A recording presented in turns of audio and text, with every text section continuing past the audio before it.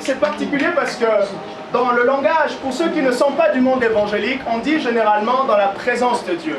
Et dans la présence de Dieu, ceux qui ne sont pas dans la foi, de foi ne peuvent pas comprendre, mais c'est une simple expression qui signifie à être quelque part conscient. Conscient de Dieu. C'est ça la présence de Dieu. Mais aussi, on voit que dans la Bible, lorsqu'on parle de la présence de Dieu, on voit que Dieu n'est pas resté caché. D'ailleurs, il n'avait pas besoin, il n'était pas charal pour être un steak. Donc Dieu n'est pas resté caché. Et il s'est révélé. Et à chaque fois que Dieu se révélait, qu'est-ce qu'il a fait? Il se manifestait et il rendait tangible sa nature. Et ce qui se passait, c'est que les personnes pouvaient pleurer, les personnes pouvaient ressentir de l'électricité. Et d'ailleurs, si vous êtes tombé sur une vidéo des évangéliques et vous avez vu quelqu'un imposer les mains et la personne a commencé à trembler, je vous assure, ne critiquez pas parce que ça peut vous arriver un jour. Amen. Ok? C'est une vraie expérience qui signifie la main de Dieu qui touche l'homme. Et puisque Dieu est tellement grand et tellement puissant, lorsqu'il saisit un homme, un peu comme une poêle qui est bien chaude, lorsqu'on y met un steak, qu'est-ce qui se passe? Le steak change de nature. Donc un homme qui est touché par Dieu est aussi changé de nature. 2 Corinthiens chapitre 5 verset 17, ceux qui sont croyants, ils disent quoi? Ils savent, toutes choses sont devenues nouvelles. Bon, je l'ai dit, j'ai dit la version C, la partie un peu oubliée. Les choses anciennes sont passées, voici toutes choses sont devenues nouvelles. 2 Corinthiens 5 verset 17. Donc, on a été changé. Notre ancienne nature où nous étions complètement contre Dieu. Personne ne naît avec une prédisposition d'aimer Dieu. Et ce qui se passe aujourd'hui, vous êtes invités, vous allez voir les baptêmes vont donner leur témoignage. Ce qui se passe, c'est qu'ils ont été placés, rencontrés, à un moment donné, ils ont été cuits pas sur la poêle de Dieu. Amen. Comme des vrais steaks. Yes, sir. Et qui va les manger? C'est pas moi, mais c'est Dieu lui-même. Parce que la Bible dit dans Hébreux chapitre 11 que Dieu est Hébreux 12 que Jésus est le consommateur de notre foi. Donc celui qui consomme notre foi, c'est Jésus-Christ. Alors, prenez avec moi Marc chapitre 2. Juste pour vous dire, ça m'a fait drôle, mais Marc chapitre 2, le verset 2. Marc 2, 2. Marc chapitre 2, le verset 2. Marc 2, verset 2 nous dit quoi? Il dit, et il s'assembla un si grand nombre de personnes que l'espace devant la porte ne pouvait plus les contenir. Il leur annonçait la parole de Dieu. Juste pour vous dire, merci beaucoup d'accepter notre espace avec les chaises disposées un peu par-ci par-là. Même au temps de Jésus, ça leur arrivait. Amen. Ok? Même au temps de Jésus, ça leur arrivait que l'espace était était petit et ils ne pouvaient pas contenir tout le monde. Et il leur annonçait la parole. Jésus a commencé à prêcher. Jésus a commencé à parler du royaume. Et c'est ce que je vais nous faire aujourd'hui pour nous emmener dans encore une compréhension sur ce qu'est le baptême. Mon message s'intitule « Foi et baptême ». Amen. 2 points. Convergence ou divergence? La foi et le baptême, est-ce que ça converge ou est-ce que ça diverge? Est-ce que ça va? Amen. Vous allez voir que ça va être intéressant. Ça va être croustillant. Marc chapitre 16, verset 16. Prenons ensemble. Marc chapitre 16, verset 16. Marc 16, oui. Verset 16. Celui qui croira et qui sera baptisé sera sauvé. Celui qui croira et qui sera baptisé sera sauvé. Mais celui qui ne croira pas sera condamné.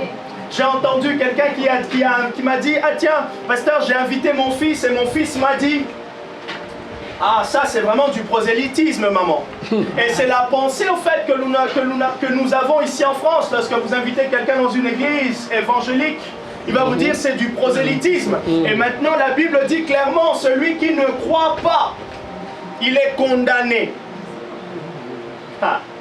En disant ça, quelqu'un qui ne croit pas qu'il est présent, nous, il va se dire, ah là là, il n'est pas gentil ce monsieur, ce n'est pas moi. Ce n'est pas moi qui le dit. Regardez le verset, la suite, un autre livre, Actes des Apôtres, le chapitre 8, à partir du verset 35. Il dit ceci. Alors Philippe, qui est Philippe? Philippe est un disciple de Jésus-Christ, qui avait été ordonné diacre. Il dit alors Philippe, ouvrant la bouche, et commençant par ce passage. Quel passage? J'ai pris l'histoire, j'ai pris la partie qui était intéressante, c'est que Philippe rencontre un monsieur qui, aujourd'hui, on peut le considérer comme un député, en tout cas un haut placé. Il s'appelle, enfin, on ne connaît pas son nom, mais on le connaît sous le nom de l'eunuque l'Éthiopien. Philippe le rencontre parce que Dieu l'avait dit, va à tel endroit et tu vas annoncer la parole à une telle personne. Et lorsque cette personne était en train de lire un livre, apparemment il lisait, nous aujourd'hui on va dire que c'est la Bible, mais il lisait le livre du prophète Ésaïe. Donc j'encourage tous ceux qui veulent découvrir la foi évangélique, tous ceux qui veulent découvrir la foi, commencez par lire la Bible. Amen. Et d'ailleurs, ce que j'aime, je vous encourage à lire la Bible parce que la Bible, elle est tellement intéressante, à tel point que lorsque vous commencez à la lire, elle vous attrape. En réalité, vous commencez à la lire et quand vous terminez de la lire, vous terminez en ayant la foi. Amen. Amen. Vous avez commencé sans la foi, vous terminez avec la foi. Et ce qui se passe, Philippe, du coup, commençait à annoncer la parole à cette personne qui s'appelle l'eunuque l'Éthiopien. Verset 36.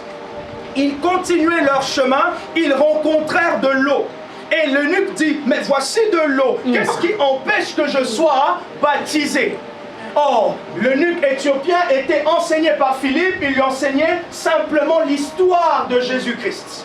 Et le verset 37, alors Philippe lui dit, si tu crois de tout ton cœur, cela est possible. L'eunuque répondit, je crois. Qu'est-ce qu'il croit? Il croit que Jésus-Christ est le Fils de Dieu. Amen. J'ai dit tout à l'heure que mon thème c'est quoi? C'est la foi et le baptême. Convergence ou divergence. J'aimerais à la fin, lorsque je vais terminer d'ici 14h30, y compris le baptême, j'aimerais que vous puissiez être d'accord avec moi en choisissant soit la foi est convergent, soit c'est la foi et le baptême, soit ça converge, soit ça diverge. Alors, je vais aller un peu plus loin pour expliquer premièrement la notion de la foi. Ok? On comprend tous le mot convergent, on comprend tous le mot divergent. La foi, c'est quoi? Si vous lisez la Bible, vous allez voir que dans la Bible, il y a trois types de foi. Ok? Si je prends la définition de Hébreux chapitre 11, verset 1, quelqu'un peut me prendre s'il vous plaît? Hébreux chapitre 11, verset 1, nous allons définir ce qu'est la foi. Oui. Or, la foi, c'est la ferme assurance des choses qu'on espère, la démonstration de celles qu'on ne voit pas. Voilà. Or, la foi, c'est quoi? C'est la démonstration des choses qu'on espère, une démonstration de celles qu'on ne voit pas. Et maintenant, dans la Bible, dans toutes les histoires de la Bible, ou dans tout l'enseignement biblique, la foi est résumée, ou la foi est expliquée sous trois catégories, trois types, trois variations. Ok? La première variation, c'est la foi qui sauve. Ok? Quand vous entendez le thème de la foi, sachez que c'est la foi qui sauve. Et Éphésiens chapitre 2, verset 8, l'apôtre Paul nous parle, quelqu'un peut le prendre s'il vous plaît, Éphésiens chapitre 2, verset 8. Nous avons été sauvés, c'est ça? En effet, par la grâce, vous êtes sauvés par le moyen de la foi, et cela ne vient pas de vous. Ouh, c'est trop beau ça. En effet, reprends. En effet, c'est par la grâce que vous êtes sauvés, par le moyen de la foi. Oh. Et cela ne vient pas de vous, c'est le don de Dieu. C'est le don de Dieu. Dieu fait un don aux hommes, un chèque qui s'appelle la foi. Amen. Amen. Jamais lorsque quelqu'un reçoit un don, il demande, Personne ne demande un don. Un don, c'est quelque chose qu'on te donne. C'est le donateur qui donne en fonction de son cœur. Ok? Et là, Paul nous dit, c'est par la grâce, par le moyen de la foi, que vous êtes sauvés. Oh, et suivez-moi très bien. Je vais nous emmener quelque part pour qu'on comprenne, au fait, quel est le lien entre la foi et le baptême.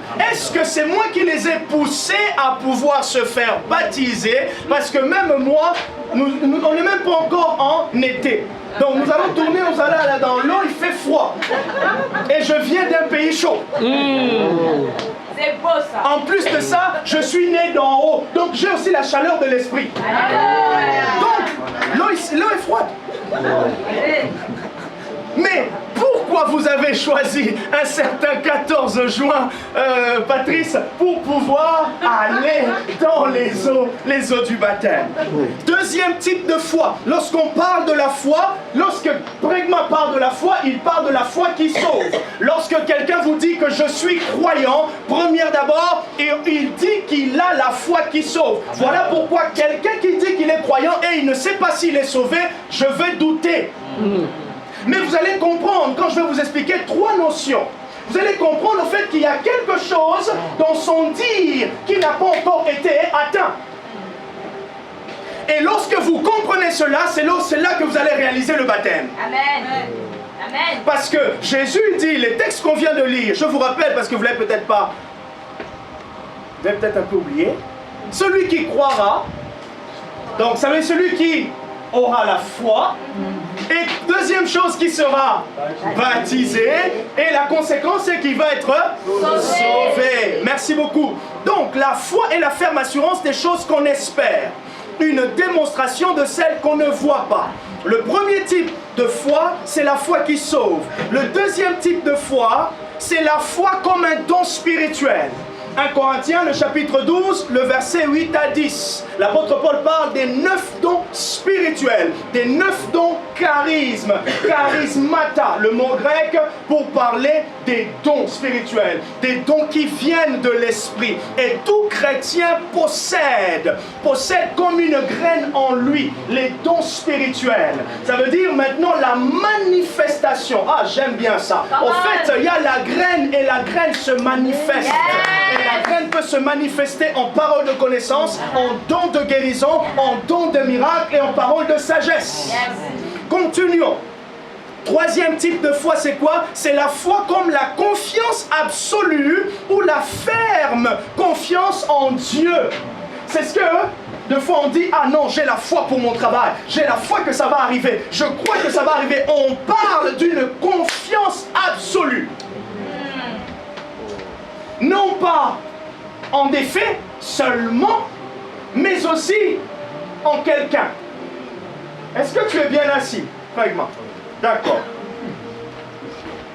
Je crois. Regardez, nous sommes tous assis sur des chaises, n'est-ce pas? Qu'est-ce qui vous a donné la confiance de vous asseoir sur une chaise? La foi. Elle va pas tomber. Donc, regardez ici. C'est intéressant. Ah ben oui, je réalise que je suis assis. Au fait, nous sommes tous assis sur une chaise. Ou du moins, vous êtes assis lorsqu'on s'assoit sur un support, on ne se pose pas forcément la question si le support peut me contenir. Mais le fait de s'asseoir signifie que je place énormément ma confiance sur le support pour contenir mon poids. Amen. Quand quelqu'un vous parle, qu'il vous dit qu'il croit en Dieu, qu'est-ce qu'il veut dire? C'est qu'il ne croit pas simplement en la personne, il a entendu parler de Dieu. Mais il veut vous dire qu'il place suffisamment sa confiance en Dieu pour pouvoir croire en lui. Voilà pourquoi lorsque vous êtes déçu de quelqu'un, c'est que la personne a déçu votre confiance. La personne a affecté votre confiance. C'est que vous n'avez pas simplement cru en lui. Ça veut dire, vous vous n'êtes pas entré dans la voie juste de l'information, j'apprends à le connaître. Non, mais il y a quelque chose de vous qui s'est libéré pour lui faire entrer. C'est là que viennent toutes nos déceptions. Même ceux qui disent qu'ils ont été déçus par l'Église, c'est parce qu'ils ont expérimenté comment l'Église a touché leur vulnérabilité. Donc, si toi aussi tu as été déçu par l'Église, il y a besoin de réparation. Et la réparation commence, ou la réconciliation, c'est que tu puisses replacer ta confiance. Et la confiance, ça demande un cadre et ça demande du temps. Est-ce que ça va? Foi et baptême. Je continue pour que vous compreniez très bien. Concernant la foi, on a parlé des 3 types de foi. Maintenant, je vais m'intéresser non pas à la foi comme don, non pas à la foi comme confiance absolue, mais plutôt à la foi qui sauve. La foi qui sauve, c'est le type de foi que possède tout chrétien. Tout chrétien, tout croyant. Si je parle de croyant, c'est que dans le monde séculier, lorsqu'on est au travail, quelqu'un ne va pas te dire, est-ce que tu crois, si elle te dit, si tu crois en Dieu, ce qu'elle va te dire indirectement, est-ce que tu es croyant? Or, dans le monde évangélique, la personne va plutôt te dire, tu as accepté Jésus. Amen. Mais à l'extérieur, au travail, est-ce que tu es croyant? Est-ce que tu crois? Et d'ailleurs, sachez que tout le monde croit en quelque chose. Même l'athée y croit. Il croit qu'il n'y a rien. C'est beau, hein? Donc nous croyons tous, même lorsque quelqu'un dit, je parle de ceux qui sont dans les églises, lorsque quelqu'un dit que je n'ai pas la foi, c'est qu'il est en train de dire que je n'ai pas suffisamment d'ingrédients pour pouvoir croire. C'est qu'il y a quelque chose qui est insuffisant chez moi pour que je puisse placer ma confiance. Regardez. Et donc, même lorsque tu dis que je ne crois pas, c'est que tu as assez de foi pour croire que tu ne peux pas croire. Donc, il y a toujours une petite mesure qui te donne, en fait, la capacité d'exprimer quelque chose.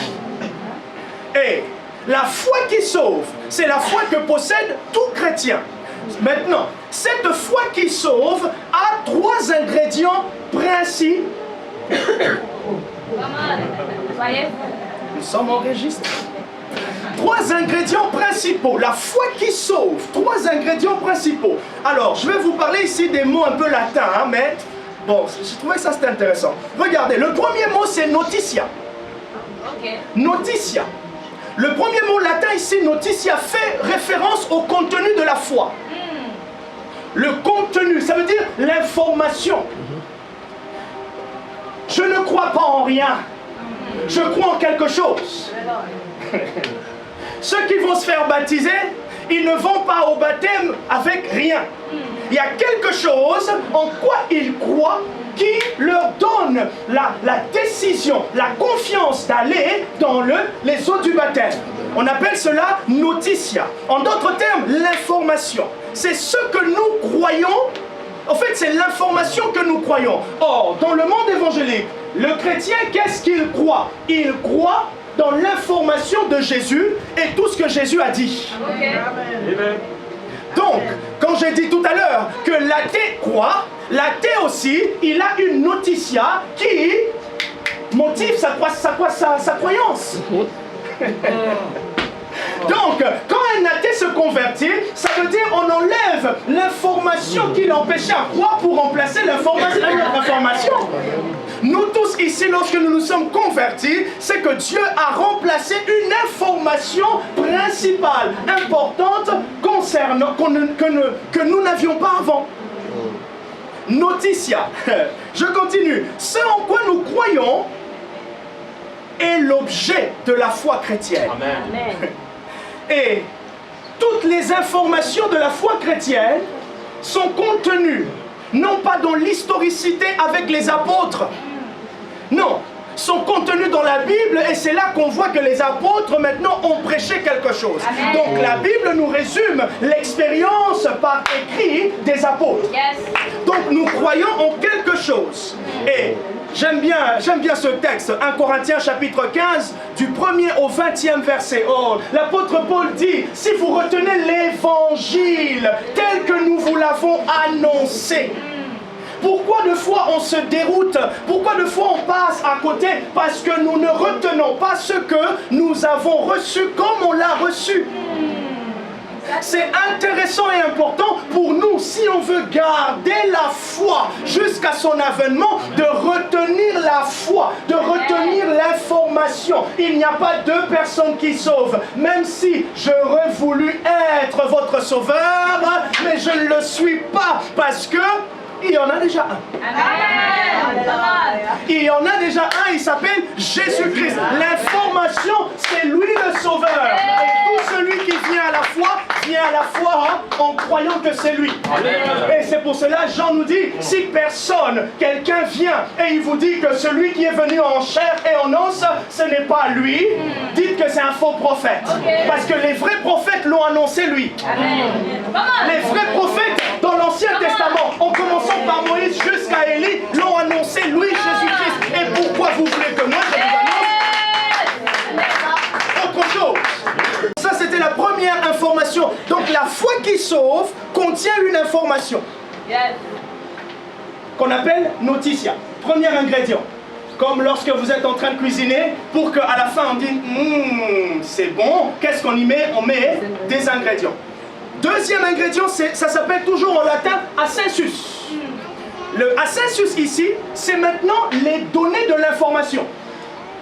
Vous avez l'information, maintenant les données de l'information. Je ne sais pas si vous voyez. Yes, come on. Peut-être ça. Je ne suis pas trop qui est dans l'informatique par ici.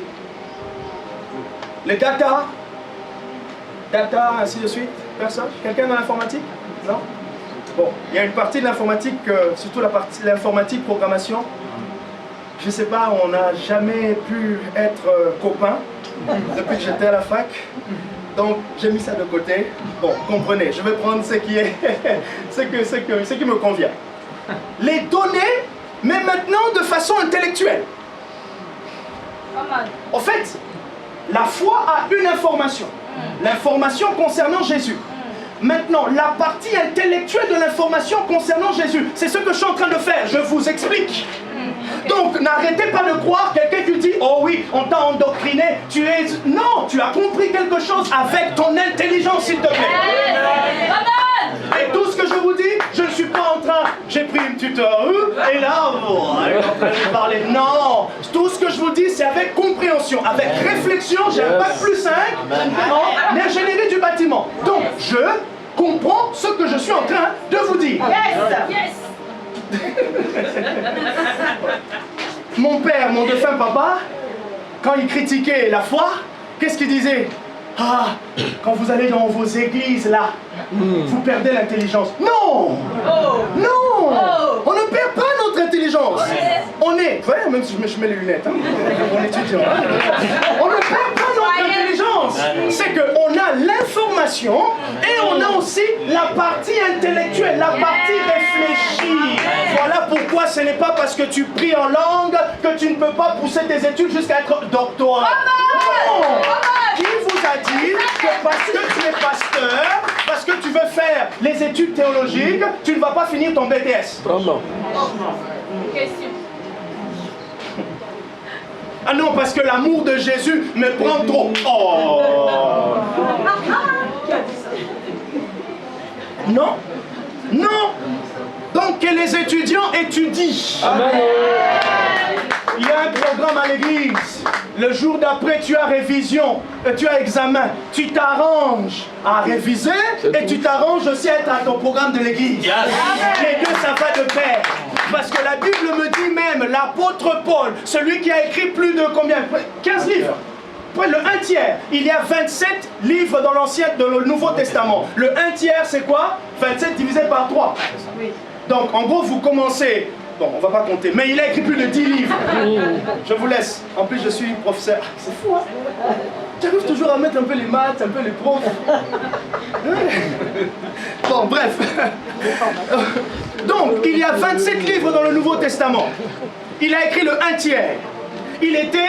il était comment? Il était érudit. Il était instruit. Donc, lorsqu'il a écrit aussi avec l'intelligence qu'il avait, la compréhension. Dieu ne vient pas nous rendre bêtes. La foi ne vient pas te rendre bête. Amen. Et passer dans les eaux du baptême, Célia n'est pas bête. Amen. Elle m'a écouté, elle a compris, et je vous assure, elle était parmi celles qui posaient plus de questions pour qu'elle comprenne. Donc, son brain, ses neurones ont fonctionné, les données intellectuelles. Amen. Et ce que l'on croit de l'évangile, on ne croit pas. Oh, vous me mettez la pression, et ce que... Moi, j'étais bien là, je vais pas vous regarder. Non, ce qu'ils m'ont dit que je regarde l'heure.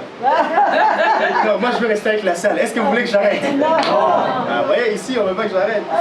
Regardez, oui, je vais aller pour chuter, ne vous inquiétez pas. Ne vous inquiétez pas, j'ai prié et il y a la grâce de Dieu pour.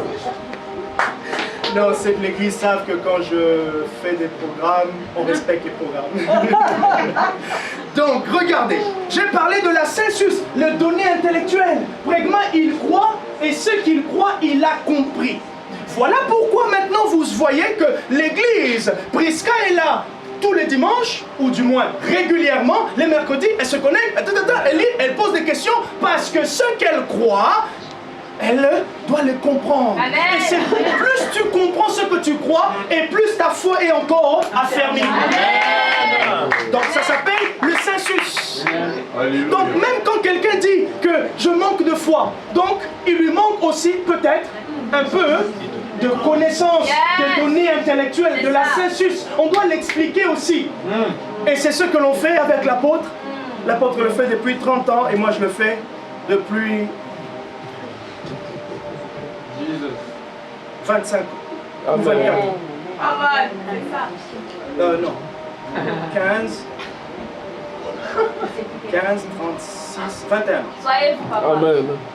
Regardez, le troisième, et ça c'est intéressant. Première, c'est quoi? C'est l'information. Deuxième, notitia. Deuxième, c'est ascensus. C'est les données intellectuelles, donc ce que j'ai compris de l'information. Le troisième maintenant, puisque tu as eu l'information, tu as compris de l'information, maintenant tu y crois. Et c'est ce qu'on appelle fiducia, ou fiducia, si je le prononce un peu en français. Fiducia. À ce stade, quelqu'un déclare qu'il a la foi. Donc en fait, on l'a mis l'information. On l'a expliqué l'information, qu'est-ce que fait? L'information et l'explication de l'information génèrent quelque chose. Rappelez-vous maintenant l'exemple que je vous ai donné, je vous ai dit quoi? Tu es assis sur une chaise, qu'est-ce qui te fait croire que la chaise peut ne pas te contenir? Parce que, première information, tu sais que la chaise est pour la stabilité. Deuxième information, on t'a expliqué que la chaise peut te contenir. Et donc, tu crois par toi-même. Tu crois par toi-même que la chaise peut me contenir. C'est ce qui se passe pour tout enfant de Dieu. Jésus m'a prêché l'évangile. J'ai lu ma Bible moi-même et je me suis rendu compte avec ce que j'ai lu et ce que j'ai compris que je devais moi maintenant décider de faire confiance à Jésus par rapport à ce que j'ai compris. C'est ça la foi. Et donc, pour pouvoir maintenant vous emmener à clôturer mon chapitre, le baptême, c'est quoi? Le baptême, maintenant, j'ai dit convergent ou divergent, ok? Le baptême signifie baptizo, en grec, qui signifie être immergé dans. Et Jésus, il dit quoi? Les textes que nous avons lus, les apôtres, ils disent, si tu crois, non, c'est Jésus, si tu crois, donc, si tu as notitia, si tu as ascensus, si tu as fiducia, ok, si tu crois, tu vas être baptisé d'abord, ok?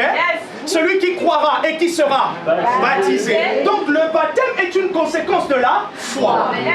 Oh, yes. Divergence ou convergence? Le baptême est une conséquence de la foi. Donc quand vous dites, dans notre milieu, je suis devenu chrétien le jour de mon baptême, théologiquement et bibliquement c'est faux.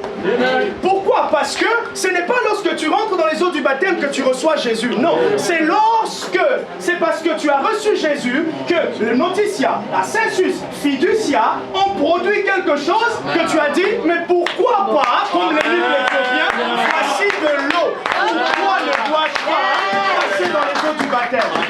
Est-ce qu'on est d'accord? Ce qui va se passer lorsqu'on va écouter leur témoignage, c'est qu'ils ont compris quelque chose. L'information concernant Jésus, l'information concernant leur besoin de Christ a fait son chemin. De la même manière, l'eunuque éthiopien, qu'est-ce qu'il a fait? Il était en train de lire quelque chose, il rentrait l'information, mais il manquait l'explication. Et c'est Philippe qui est venu lui apporter la sensus, l'explication. Et maintenant, quand il a dit, mais c'est clair, comme le pasteur Jean-Marc, c'est clair, pourquoi je ne peux pas aller dans les eaux du baptême? Et il lui dit, ok, on peut y aller. Si tu crois, voyez un peu le cheminement? Je crois et je croirai. Je crois et je croirai. Je croirai et je continuerai de croire. Parce que la sensus, le noticia et fiducia produisent leur œuvre. Et c'est là maintenant que vous voyez qu'on nous encourage dans le milieu chrétien de pouvoir lire la Bible continuellement. C'est pour que le fiducia, la sensus et le noticia ne puissent pas perdre leur éclat. Et c'est ce qui va conduire pour des baptêmes. Et donc, la foi et le baptême sont deux éléments essentiels. La foi est à l'origine du baptême. Le baptême est une conséquence. Et le baptême rend témoignage à nos yeux qu'il y a quelque chose qui est en train de se passer dans leur vie. Personne d'entre nous devant son ordinateur voit les virus passer. Mais la seule chose que l'ordinateur te dit, qu'il y a un virus dans leur système. Et Jésus dit à Nicodème, tu ne vois pas le vent, tu ne sais pas d'où il vient. Est-ce qu'il était à la gare? Et tu ne sais pas où il va. Est-ce qu'il va à Sainte? Comme hier, quelqu'un veut nous demander, est-ce qu'on peut aller à Sainte? Vous savez où je peux aller à Sainte? Tu ne sais pas où il va, mais tu vois les fruits. Et les fruits sont là. Je connais à peu près l'histoire de Maman Laure. Je connais à peu près l'histoire de... Célia. Je connais son histoire, Célia. Je connais un peu l'histoire de Kemuel et Michel qui est là. Et maman Mérissette. L'information, la compréhension de l'information et la conviction. Elles-mêmes aujourd'hui, lorsque vous allez entendre leur témoignage, vont vous dire, nous croyons. Amen. Et nous savons que Jésus est notre Seigneur. Amen.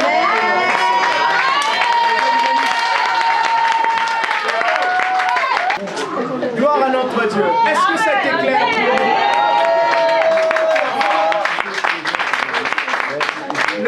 La foi et le baptême, c'est... Du coup, c'est convergent ou divergent? Convergent. Convergent. Comme un beau prof, j'ai pas fini mon cours.